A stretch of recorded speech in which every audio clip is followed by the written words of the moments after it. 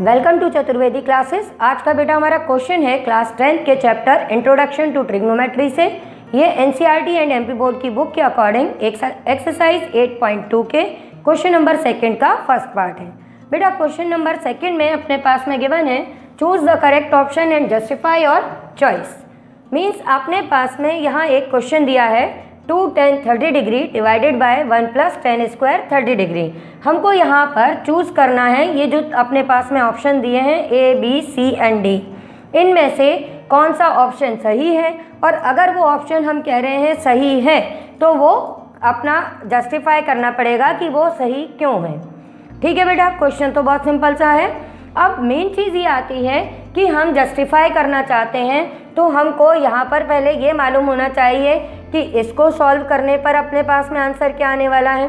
Answer निकालने के बाद में ये आंसर हमारा साइन 60 डिग्री की वैल्यू के इक्वल है, कॉस 60 डिग्री के इक्वल है, टेन 60 डिग्री के इक्वल है या साइन 30 डिग्री के इक्वल है। अब आप सोचोगे कि इतनी जल्दी से हम कैसे बताएंगे कि किसका आंसर क्या है। तो मैं अपने प्रीवियस लेक्चर्स में आप लोग को बेटा कंटिन्यूसली बता रही हूँ ना कि आपको क्या ध्यान रखना है। आपको ट्रिग्नोमेट्रिक टेबल पूरी अगर याद हो जाती है, ठीक है, तो बहुत अच्छी बात है। पर आप कई बार कंफ्यूज हो जाते हो कि सेक 30 की वैल्यू ये थी कि कोसेक की ये थी, साइन की थी कि कॉस की थी। तो इससे बचने के लिए आप अपना मैजिक ट्रायंगल याद रखो। ठीक है, मैजिक ट्रायंगल याद आ गया, आपने प्रीवियस लेक्चर अच्छे से देखा है तो आपको ध्यान होगा। आपको सिर्फ ये ट्रायंगल्स, मैजिक ट्रायंगल्स याद रखने हैं और इन मैजिक ट्रायंगल्स के अकॉर्डिंग हमको ये भी याद रखना है कि इनके हाइपोटेन्यूज 1 है। देखो याद करने का तरीका बहुत आसान है। एक अब इसके बाद में अपने पास में ये जो हमने 2 ट्रायंगल बनाए हैं, इनमें अगर हमारा पहला ट्रायंगल है जिसके दोनों एंगल हम बनाएंगे 45 डिग्री, और क्योंकि दोनों एंगल इक्वल हैं तो इसकी ये दोनों साइड भी इक्वल लिखेंगे। सिंपल सा काम है, कोई याद रखने में बड़ा काम नहीं करना। दूसरा ट्रायंगल बनाएंगे जिसमें एक एंगल हम 60 लेंगे, एक 30 लेंगे। ये बात समझ में आ गई। और 60 और 30 वाले में ये देखो, ये एंगल 60 डिग्री बड़ा है तो इसके अपोजिट साइड √3/2 लिखनी है। ये 30 डिग्री है, इसके अपोजिट 1/2 लिखनी है। बस अगर इतनी सी चीज़ आ गई तो तुम किसी भी वैल्यू को ईजिली निकाल सकते हो। फॉर एग्जाम्पल, चलो इसको तो हम बाद में सॉल्व कर लेंगे, अब हम पहले से ये वैल्यूज़ निकाल के रख लेते हैं जिससे कि जब हमारा आंसर आएगा तो हम फटाफट जस्टिफाई कर लेंगे, है ना।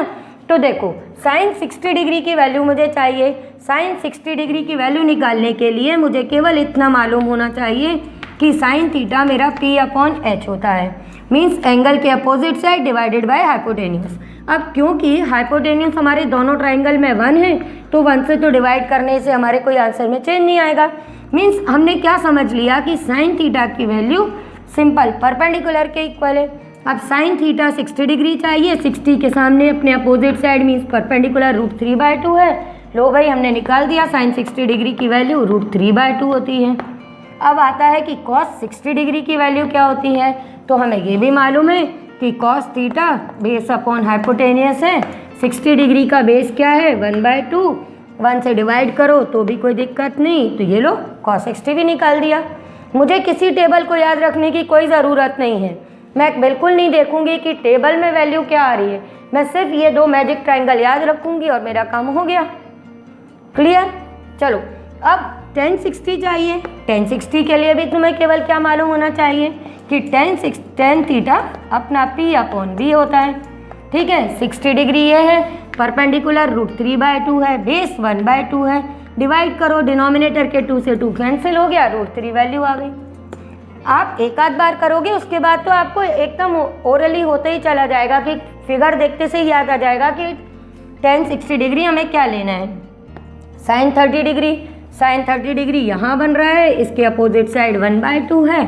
लो बेटा मैंने ये भी लिख दिया अपना 1/2, और ये मेरे पास में सारी वैल्यूज आ चुकी हैं। अब मैं सॉल्व करके कंपेयर कर लूँगी कि मेरा जो आंसर आ रहा है वो किसके अकॉर्डिंग है।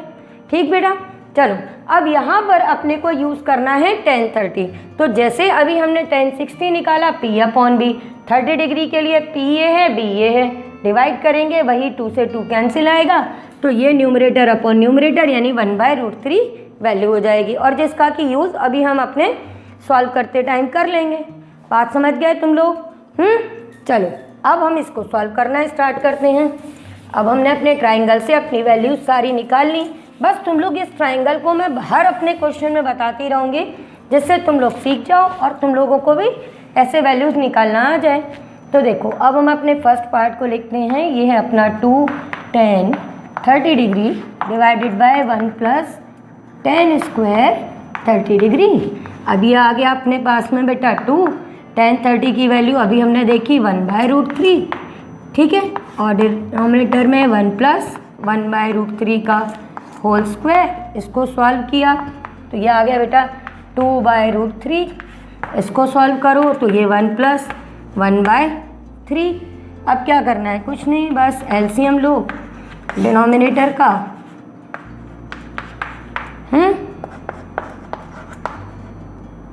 2/√3 और डिवाइडेड बाय आ गया 4/3। इसको और हम लोग सॉल्व कर लेते हैं और उसके बाद कंपेयर कर लेते हैं। तो ये सॉल्व करेंगे बेटा तो ये 2/√3 इंटू 3/4 कैंसिल कर दिया। अब हम जानते हैं डिनोमिनेटर में रूट आ गया तो हमको रैशनलाइज करना पड़ेगा। √3 से रैशनलाइज कर दिया, ये तो सबको आता ही होगा।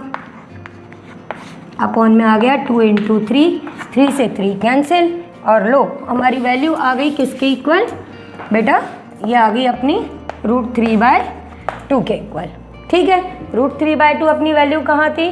sin 60 में। तो हमारा आंसर क्या आ गया बेटा? ए। समझ में आ गया। पर अब यहाँ पर लिखा था कि चूज़ द करेक्ट ऑप्शन, तो हम यहाँ पे लिख देंगे therefore correct option is a.